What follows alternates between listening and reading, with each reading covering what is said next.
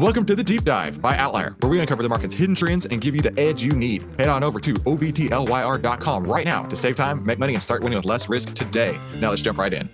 Welcome back to the Deep Dive. Today, we're going to do a deep dive into Barclays' latest earnings report. Yeah. CBC did some pretty good coverage of it. So whether you follow the financial world closely or are just kind of curious about how the big banks are doing, I think you'll find it pretty fascinating. Yeah, it's a really interesting story. I think what's really captivating here is Barclays' turnaround. You know, their shares dipped last year in 2023. Right. But they've soared 55% year to date in 2024. Wow. And they even hit a 9-year high just this week.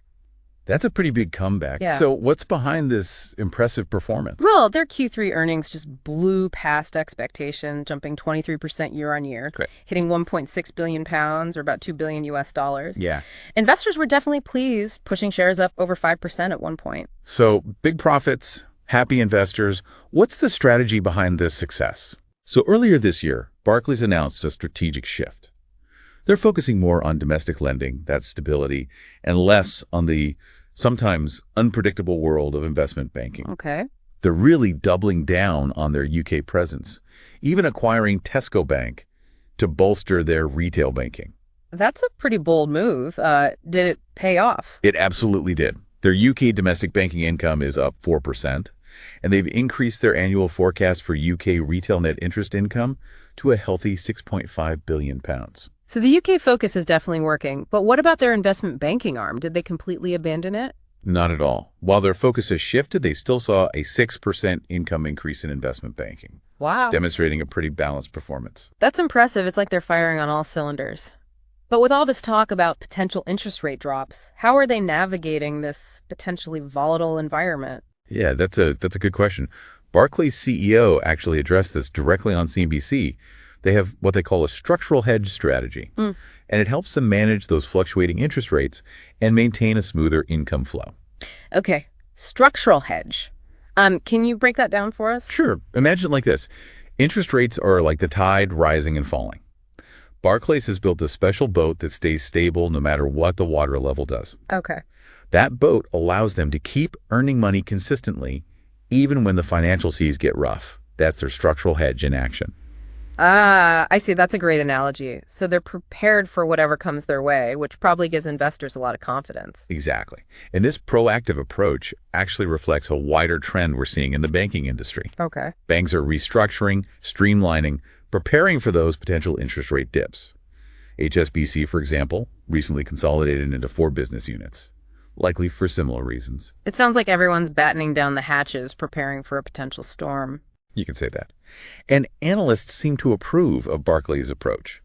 Citi analysts gave very positive feedback, seeing these results as a strong signal for future earnings growth. That's a pretty big vote of confidence. So exceeding profit expectations, adapting to a changing financial landscape, impressing the analysts, that's quite a story. Yeah, for sure. And while, their UK performance has been grabbing headlines, we can't forget about their presence in the U.S. They have a significant footprint there through their private consumer bank and wealth management unit. Right. Let's shift our focus to the U.S. How are things looking for them there? Well, those segments did see a slight dip in income this quarter, about 2% for their private consumer bank and 3% for wealth management. Okay. But this isn't necessarily a major red flag. Not time to panic just yet. What could be causing this dip? Well, it could just reflect temporary market conditions or adjustments within those specific businesses. We'll need to dig a little deeper into their U.S. operations to get a clearer picture.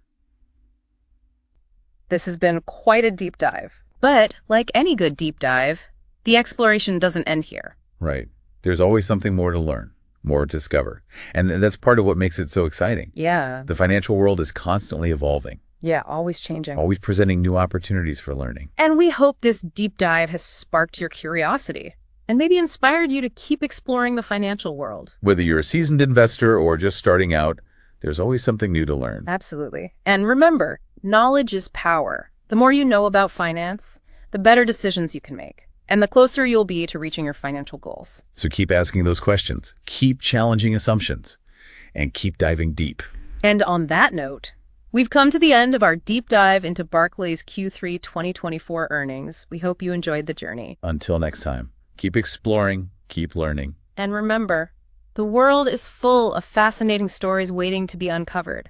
All you have to do is dive in. Hey, thanks so much for deep diving with us today. Head on over to outlier.com. That's OVTLYR.com to save time, make money, and start winning with less risk today. And we'll see you next time.